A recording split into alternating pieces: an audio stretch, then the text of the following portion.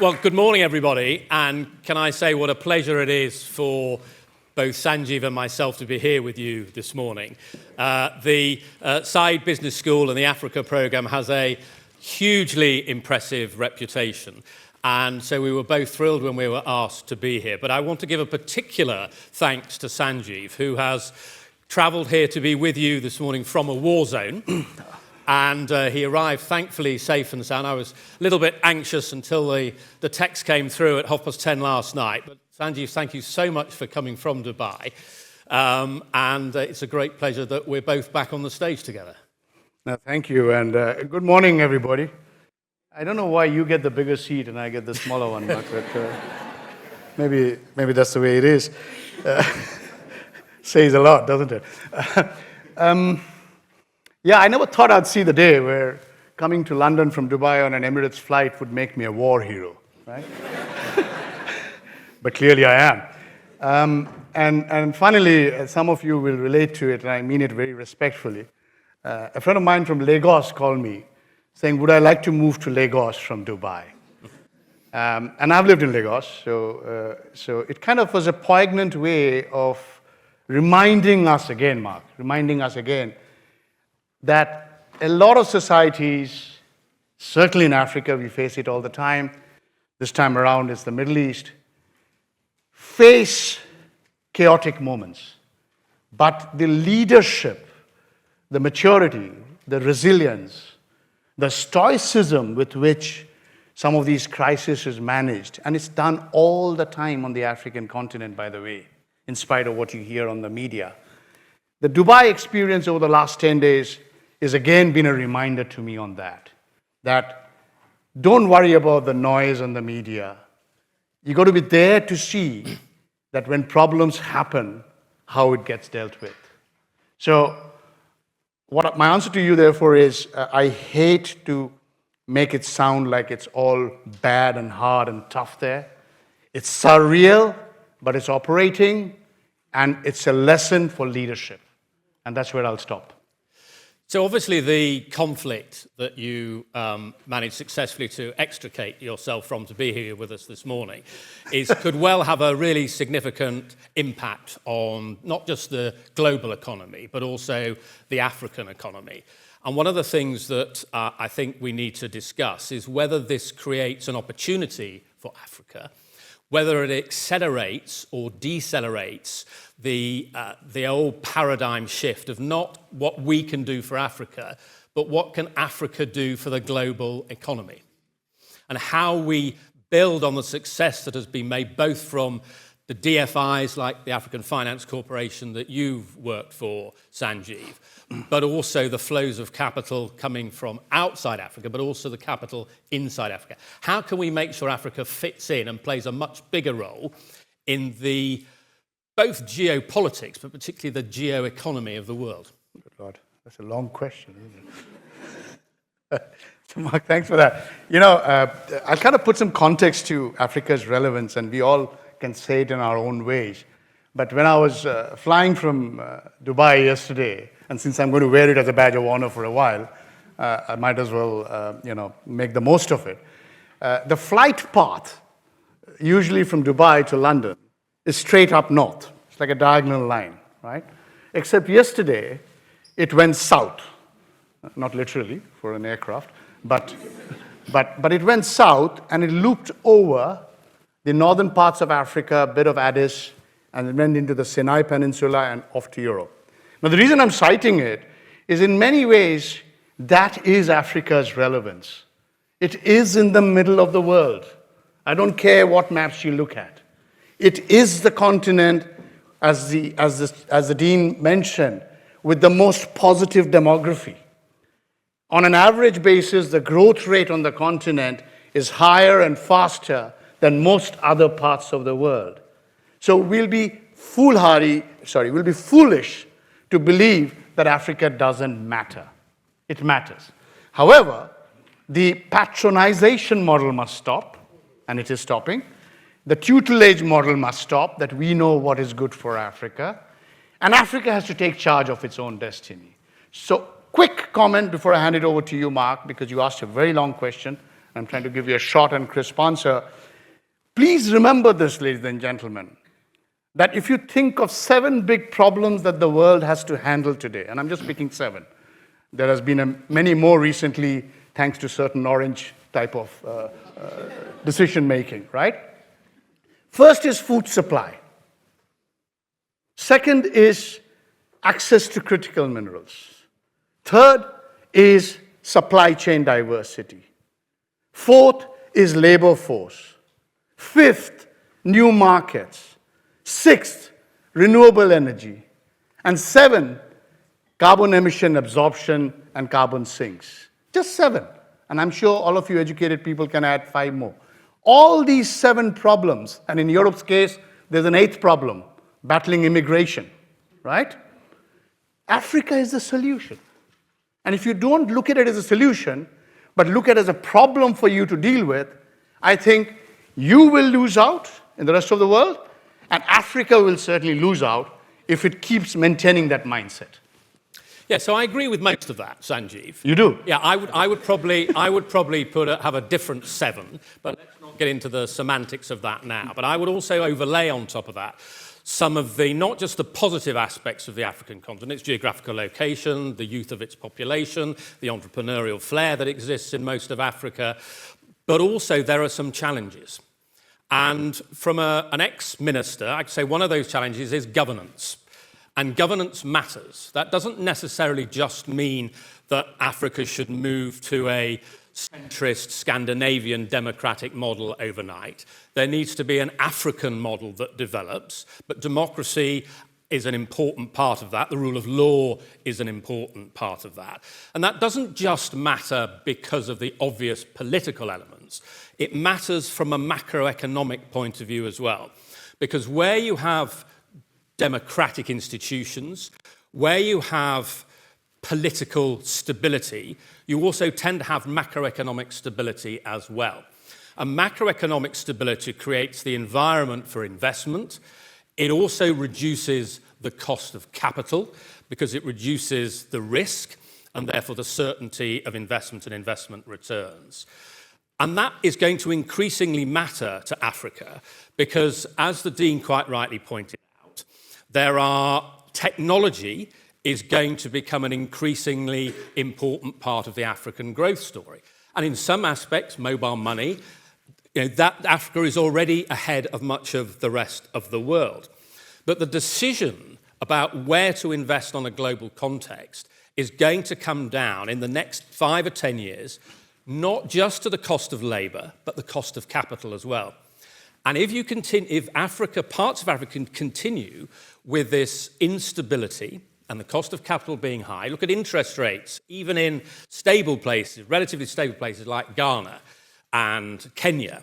They're still not in a position where small businesses can borrow money at an affordable cost from the local banking and financial institutions. And part of that is political and macroeconomic stability.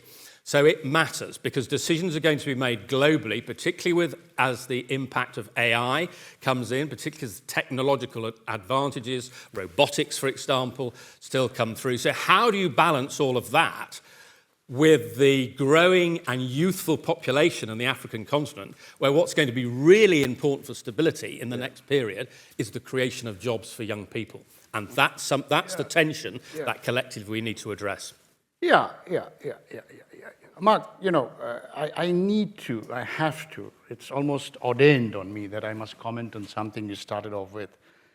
That, we in Africa do what we can because there's a lot of legacy issues, a lot of unfinished nation-building issues, a lot of perception-led complexities that Africa faces that we have to grapple with on the continent.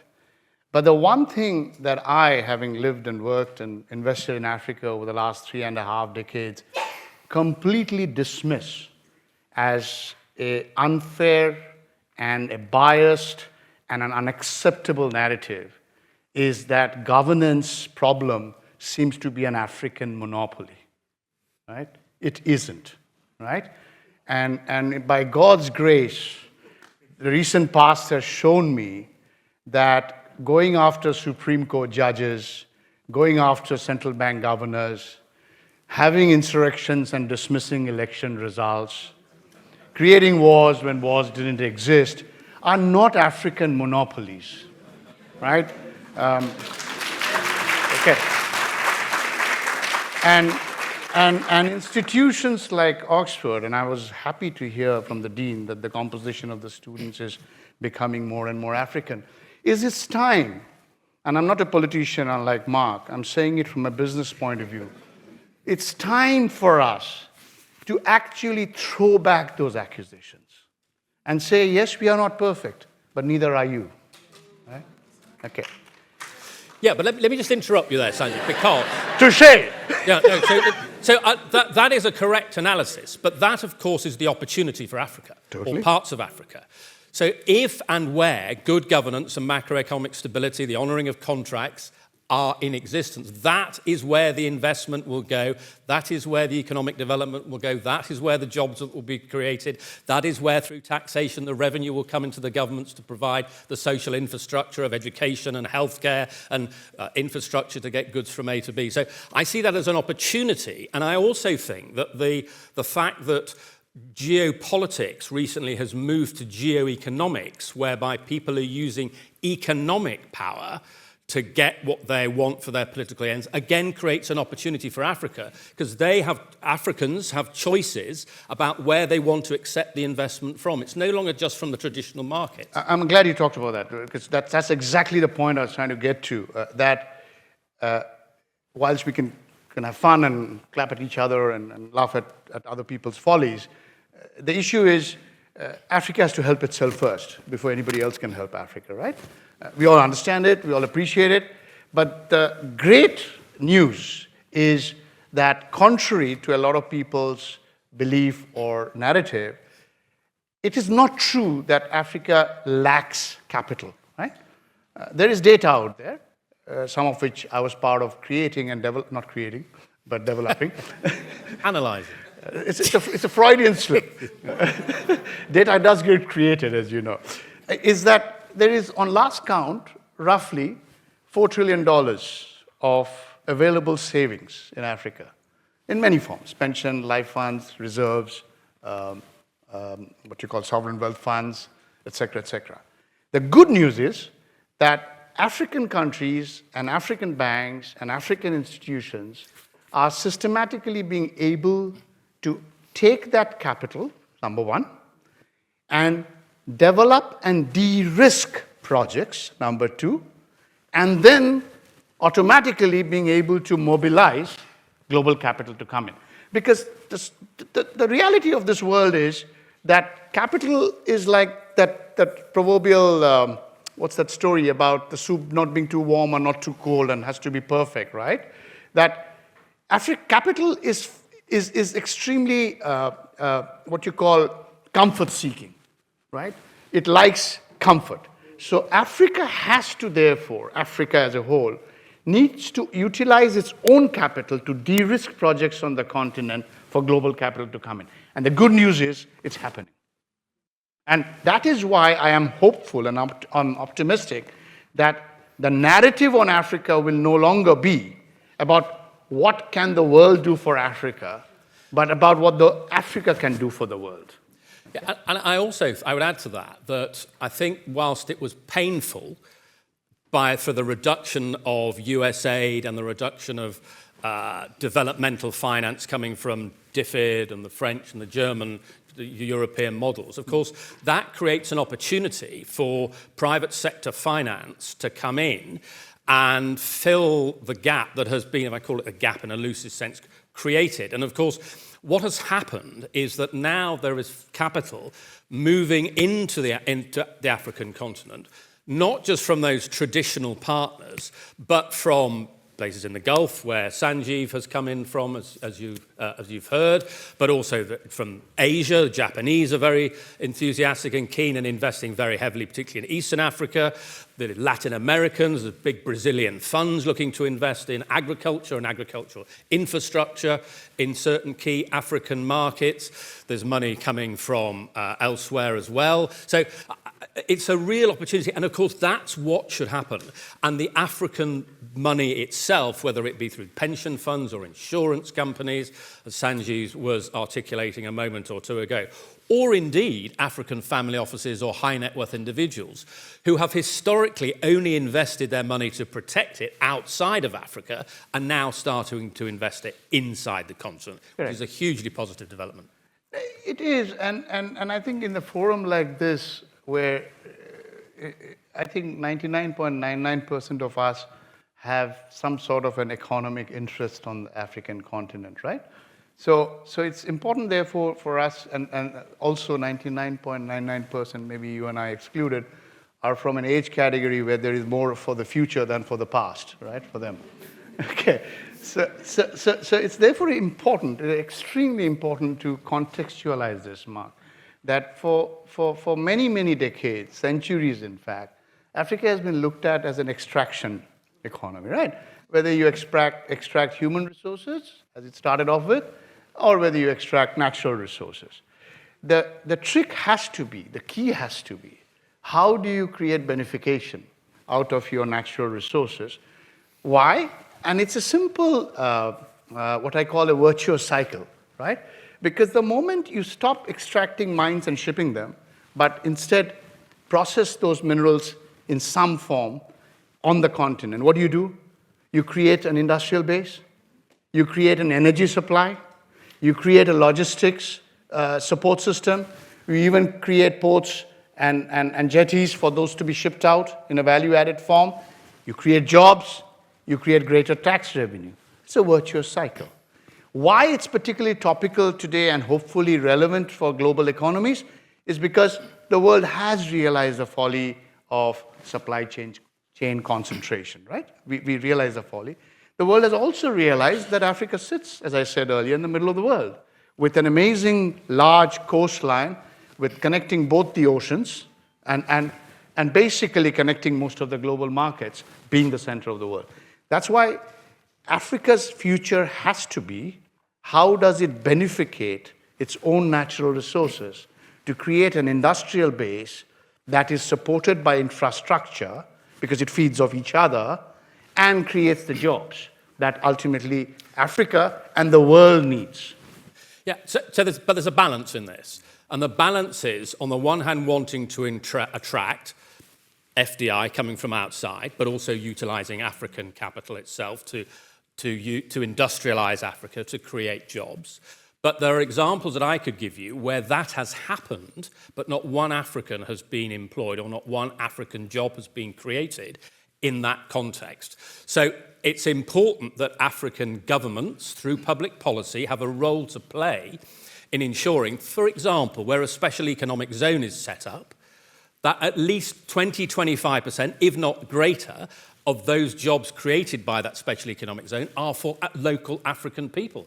And if they don't have the skill set to participate in that modern 21st century economy, they need to make sure that they're trained to make sure they can participate in that modern 21st century economy. So education is a key part of that, not just education from primary school and secondary school, but vocational education, which is perfectly possible given modern day technology, to make sure that Africans in that locality where the investment is coming in have the skills and the requisite ability and knowledge to participate in a modern 21st century economy. And there are roughly 243 special economic zones across the continent, and it's growing faster. But of course, there's no point in just having a special economic zone if it's based on tax-free status, where goods are coming in and goods are going out. There's no Africans employed. There's no benefit apart from being a geographical hub. So we need to make sure that of these investments, Africa and Africans benefit. Yeah. But taking a point from the Dean's opening remarks as well on this, that in many ways the technology is the big leveler, right? And in Africa's case, I think we could all safely agree that it allows us to and has allowed us to take certain quantum leaps, right? Be it banking, be it basic telephony, be it basic communication. And I think it doesn't take a rocket scientist, certainly doesn't take a particularly clever man, to figure out that the skills development you're talking about, education that you're talking about, has to be technology driven, right? Because that is how you will reach out and be able to create that skills development and education that you talk about. And that's happening. One particular point I would like to make, because I don't want this audience to think that people like me are talking theories, right? Because, you know, I worked all my life for institutions that have invested in Africa. I've raised significant capital from global sources to invest in Africa. So when I talk of the benefication story, I hear what Mark said, that is it enough? Is there enough jobs being created? But the simple beauty of what I'm saying is that it can be done and is being done, right? And I'll give you one small example, 60 seconds to embellish this point. Some of you may know it, most of you may not, that, you know, till sort of as recent as 10 years back, the country called Gabon, apart from its hydrocarbon exports, used to export logs of wood, right? Lumbering. And you know how logs of wood usually in an uncontrolled, unregulated environment operates. It operates with scant regard to the climate, scant regard to the economics, scant regard to job creation, blah, blah, blah, blah, blah.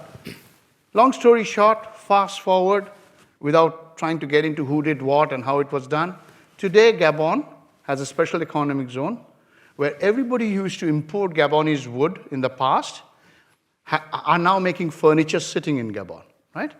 Gabon does not export a single log of wood which is not value added and processed, okay? That special economic zone is connected by a locomotive into the hinterland where the timber is. There is drone technology being used to manage the falling of the trees and the reforesting of it. And then you have an energy solution, which is a renewable energy solution to provide energy, and you have a port where the furniture gets exported. A perfect example. Similar examples exist in Benin, by the way, on cotton, okay, or in Togo with cashew nuts, okay, where cashew nut was being exported without any processing, now it's being processed. So the reason I'm saying this, Mark, is just to say that don't look at it as a glass half empty, look at it as a glass half full. Things are moving in the right direction. And most importantly, why I'm very optimistic is because it's African capital driving it. It's not global capital, which tends to be fickle capital, that's driving it. I'll just stop here, Mark. No, and that's right. And those examples are the exemplars that should be being replicated elsewhere on the continent. But of course, to enable that to happen, there needs to be the capital available and the education to go with that. And certainly when I was a minister, one of the then president of Gabon, who I discussed this at length with, was very frustrated that at that time they were just exporting raw timber, not doing the added value production that you've just been explaining, Sanjeev. But if I could just loop that back to the education piece, because of course education is part of the requirement, as I said, to upskill human capital in Africa. And organisations like Oxford University, the business school you have here that you're all part of, could have a very significant role to play in that. Not just in the schools and in the universities, but also, for example, educating people who are borrowing money from financial institutions to make sure they're maximising the use of that capital, but also then paying it back so they can borrow a larger sum of money the next time to then accelerate the growth of their business and create more African jobs. So these things shouldn't be looked at in silos. It's across the piece and people coordinating and working together. Sanjeev, can I just, before we close, we've got 5-6 minutes left, can we just talk about another important aspect of the African story, which I know both you and I are passionate about.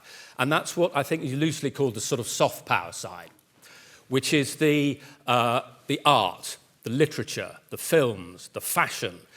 And I was in Lagos just at the end of November, speaking at a conference there which was celebrating the 65th anniversary of the independence of Lagos, which was independence of Nigeria, which was held at the Federal Palace, which is where the Declaration of Independence was signed.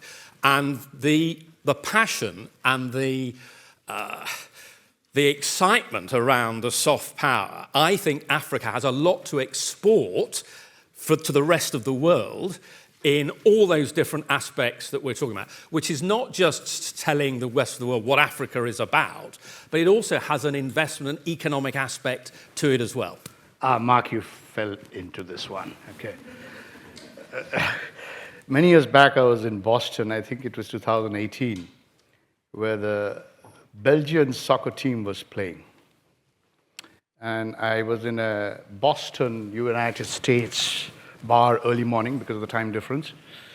And some American guy asked me, why doesn't Africa have any team playing in the semifinals or the finals of FIFA? I said there is a team, it's the Belgian team, right? The reason I'm saying it is because it is true that Africa is not short of talent, whether it's art, music, literature, craft, sports, athleticism, etc. A lot of that is harvested by Western capitalist models to perform, recreate, thrive, flourish in their markets. Nothing wrong with it. Nothing wrong with it. So what we have to now do in Africa is that talent that exists, which is the question you're asking, how can we create industries or jobs or employment or economic activity out of it? So personally, I'm involved in a project, for example, with FIFA, where FIFA has given us some sort of a mandate, where the whole idea, without trying to complicate matters too much, is to just build basic infrastructure, sports infrastructure in certain countries, not all countries, and start creating, for want of a better way of putting it, an African Premier League, right? Why? To bring in talent from Africa, within Africa to flourish, but also bring the African diaspora talent to play in Africa and create in fact, in many ways, basketball, BAL is doing that, Basketball Africa League, right? So there is no question in my mind that a region, a economy, a country, a culture, it can never thrive, it can never flourish unless it takes pride in its own history and heritage. And that is why it's critical that we develop these industries. It creates a mode of expression, but it also creates a mode of self-confidence and self-esteem. And it creates jobs and economic activity. And in addition to that, not just in the football, but you'll be delighted to hear that there is, at last, through one of the most successful African private equity firms, quite a lot of funding being put into developing a patchwork of what is loosely called arenas across the continent to facilitate not just NBA, so it's smaller than a soccer stadium, but also music venues, esports, concerts, opportunities for small conferences to take place. Because at the moment, if a Kenyan pop star wants to do a tour of Africa, the venues don't exist to enable and facilitate that to happen. Sure. And that is, within the next 2 or 3 years, all about to change. There's some very serious conversations taking place. And I think you'll be interested to know that the first arena will be open in Nairobi within the next year, 12 months or so, followed by one in Lagos, followed by another one, I think, in Benin, and then South Africa as well. So these are exciting times for this particular part of the economic activity, if I can call that. But also, what excites me is not just facilitating, enabling Africa to host these events in Africa, but also export the talent that exists on the continent to elsewhere in the world, rather than the other way around, just having pop stars coming in from Europe into Africa. It should be a two-way street, as we've seen before. Yeah. Now, Sanjeev, before we draw stumps, I just want to give you an opportunity, because I know you wanted to mention the foundation quickly that you're setting up, because I think there may be some students here particularly interested to know particularly some of the public policy work that you and your team might be developing. Okay, this is not meant to be talking about myself or my work, but thanks for the opportunity. So just quickly, without needing to talk too much about it, we are setting up a foundation through Africa Finance Corporation, and the areas we will be focusing on is policy advocacy, skills development, and public sector capacity building. I would like to talk to the dean and some of the people in the academic section as well about how we can probably work together. But so that's just for information. Thank you for the opportunity. But since we are running out of time, I'll just end my kind of closing comments, if I may, by just saying this, that please remember, please understand, please appreciate, hopefully agree, that Africa's problems are not new, right? Africa's challenges are not new. I'm tired of people telling me about their problems and challenges. I don't want to listen to them, okay? I have a personal problem with a topic like that it talks about Africa being at a crossroad. I just tell people that stop putting Africa in your crosshairs, at least, all right? Okay? That will be a start, okay? Because I'm an optimist. Sometimes my children disagree with me because they say that you spent a whole life working in Africa and what do you got to show for it? But the point remains that I clearly see visible, tangible evidence of how Africa itself, with its own maturity, leadership, capital, is taking charge of its own destiny. May not be enough, may not be exactly the way you want it, may not exactly the governance standards that you suddenly want Africa to achieve, but the progress is certainly on a good path. And that's all I want to say. So the final point I just want to make, and I know we're out of time, is I want to thank you for listening to Sanjeev and I. And I also want to say that I'm delighted to see so many of you here this morning, because if you're here, you're passionate about Africa, as you can see Sanjeev and I are. Please don't give up. You will find frustrations on your professional journey in life, but be determined, don't take your eye off the ball, and make that personal contribution that you want to make, because you can really make a big difference on the continent. Thank you. Thank you for listening. Thank you.